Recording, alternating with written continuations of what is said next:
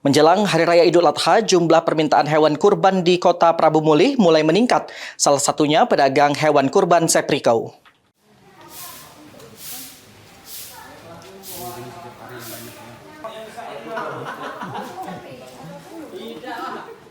Lebaran Idul Adha semakin dekat. Sejumlah lapak penjualan hewan kurban di Kota Prabu Muli, seperti kambing dan juga sapi, sudah mulai ramai dikunjungi warga. Pedagang hewan kurban di Kelurahan Mangga Besar terus memperhatikan kondisi hewan, mulai dari kesehatan hingga usia, agar sesuai dengan ketentuan kurban untuk meningkatkan calon pembelinya. Salah satu penjual hewan kurban, Seprikau, mengatakan saat ini sudah ada 25 hewan kurban yang telah dipesan dan dipanjar di tempatnya oleh pembeli untuk dijadikan hewan kurban Hari Raya Idul Adha. Sapi apa saja? Sapi limosin, simental, Brahman, Brangus, pokoknya lengkap. Dari mana? Asal dari Lampung. Kalau untuk menjelang korbannya lumayan kalau buat sapi ya tahun ini. Sudah banyak yang pemesan? Alhamdulillah sekarang udah 25 sapi. 25.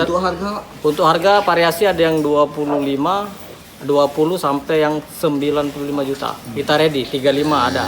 Dengan kualitas sapi ya.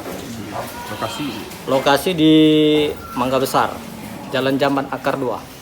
Sementara itu, salah satu pembeli hewan kurban yang datang langsung sengaja memesan hewan kurban dari sekarang karena untuk arisan kurban Hari Raya Idul Adha. Itu hewan kurban, rencana beli dua. Itu rombongan ibu-ibu ini pengajian arisan. kualitas sapi-sapi di sini? Sehat-sehat sapinya. Terus apa pilihannya banyak pilihan. Emang sudah langganan di sini?